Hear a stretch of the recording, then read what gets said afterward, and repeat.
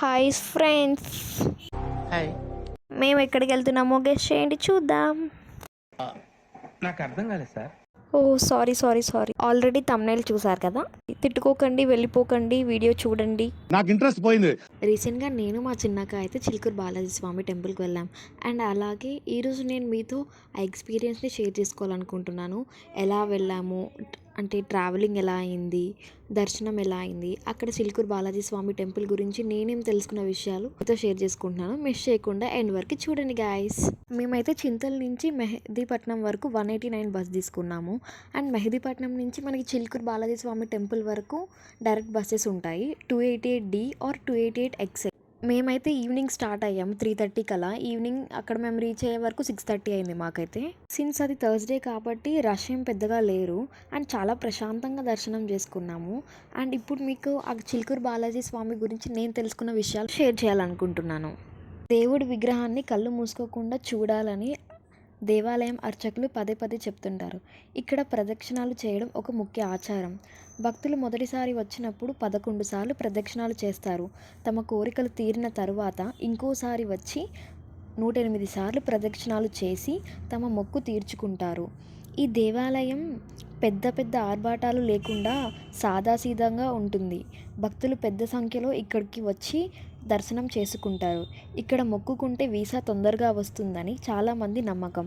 అందుకే ఇక్కడి బాలాజీని వీసా బాలాజీ అని కూడా అంటారు. ఒకప్పుడు శ్రీనివాసుని భక్తుడు ఒక ఆయన ప్రతి సంవత్సరం తిరుపతి వెళ్ళి ఏడుకొండల స్వామిని దర్శించుకునేవాడు. ఒకమారు అనారోగ్యం కారణంతో అతను తిరుపతి యాత్ర చేయలేకపోయాడు. ఆ భక్తుడికి కలలో వెంకటేశ్వర స్వామి కనిపించి, నువ్వు దానికి చింతించవద్దు, నీ సమీపంలోనే అడవిలోనే నేనున్నానని చెప్పాడు.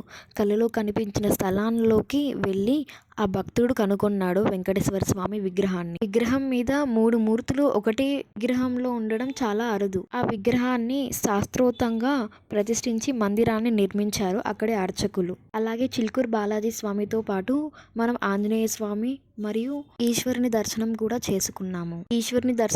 చేసుకున్నాం. మేము వెళ్ళిన రోజు అక్కడ వాళ్ళకి బోనాల పండుగ, సో అది కూడా మేము విజిట్ చేసి అమ్మవారి దర్శనం చేసుకున్నాము. చిలుకూరుకి 3 కిలోమీటర్ దూరంలో కమలం మందిర్ కూడా ఉంది. ఒకవేళ మీరు కానీ చిలుకూరు బాలాజీ స్వామిని విజిట్ చేయాలి అనుకుంటే కమలం మందిర్ కూడా అక్కడే ఉంది కాబట్టి విజిట్ చేయొచ్చు. 3 కిలోమీటర్స్ దూరం అంతే. మేమైతే ఈవినింగ్ అయిపోయింది కాబట్టి మాకు కుదరలేదు. మళ్ళీ ఈసారి ఖచ్చితంగా ఆ వ్లాగ్ కూడా పోస్ట్ చేస్తాను. ఇంతవరకు ఓపికగా వీడియో చూసావు, మరి ఎందుకు సబ్స్క్రైబ్ చేయవు? సబ్స్క్రైబ్ చేయమ్మా.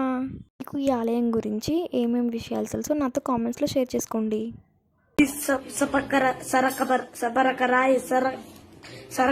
Whatever. Please, I want to reach 1 million likes. So please,